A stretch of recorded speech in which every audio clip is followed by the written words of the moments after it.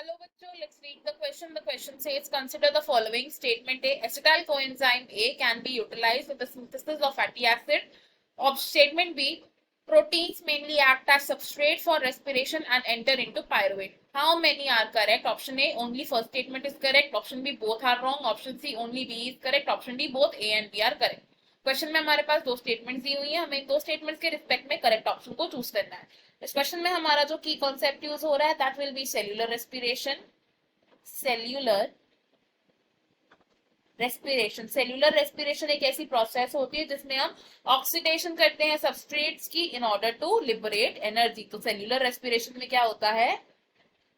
Oxidation of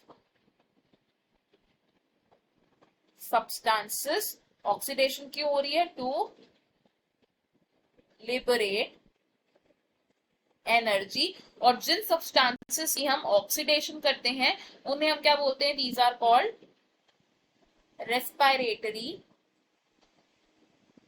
substrates.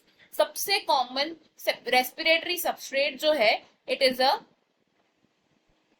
Carbohydrate. तो carbohydrate क्या है? It is a most commonly utilized respiratory substrate. And carbohydrates के अलावा जो रेस्पिरेटरी सबस्ट्रेट्स हम यूज कर सकते हैं these could be proteins, fats, organic acids. लेकिन प्रोटीन, फैट और ऑर्गेनिक एसिड को हम एज इट इज यूज नहीं कर सकते हैं, इन्हें हम यूज कर सकते हैं ओनली अंडर सर्टेन कंडीशंस। अगर बात करें फर्स्ट स्टेटमेंट की, तो फैट को as a respiratory substrate use करने के लिए सबसे पहले क्या होना था? It has to be break down into glycerol and fatty acids.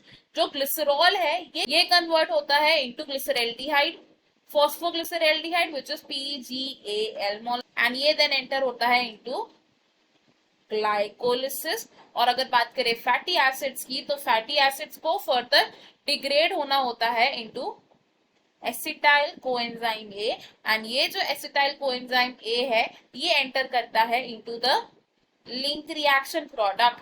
Now अब ये जो एसिटाइल कोएंजाइम ए है ये रिवर्सिबली फैटी एसिड की सिंथेसिस करने में भी हेल्प कर सकता है। एसिटाइल कोएंजाइम ए से हम दोबारा क्या कर सकते हैं? फैटी एसिड बना सकते हैं whenever there is a requirement of the fatty acids for the cell. Next अगर बात करें स्टेटमेंट बी की, तो जो प्रोटीन्स होते हैं इनको as it is respiratory substrates की तरह यूज नहीं कर सकते हैं, इनको हम अंडरगो करवाते हैं डीएमाइनेशन रिएक्शन, जिससे हम क्या करते हैं? अमाइनो एसिड्स को ऑब्टेन करते हैं। तो प्रोटीन्स अमाइनो एसिड्स में कन्वर्ट होते हैं to be utilized into the respiratory pathway. And ये जो अमाइनो एसिड्स हैं बेस्ड ऑन देयर स्ट्रक्चर ये एंटर कर सकते हैं into different steps of Krebs cycle. Enter Krebs cycle.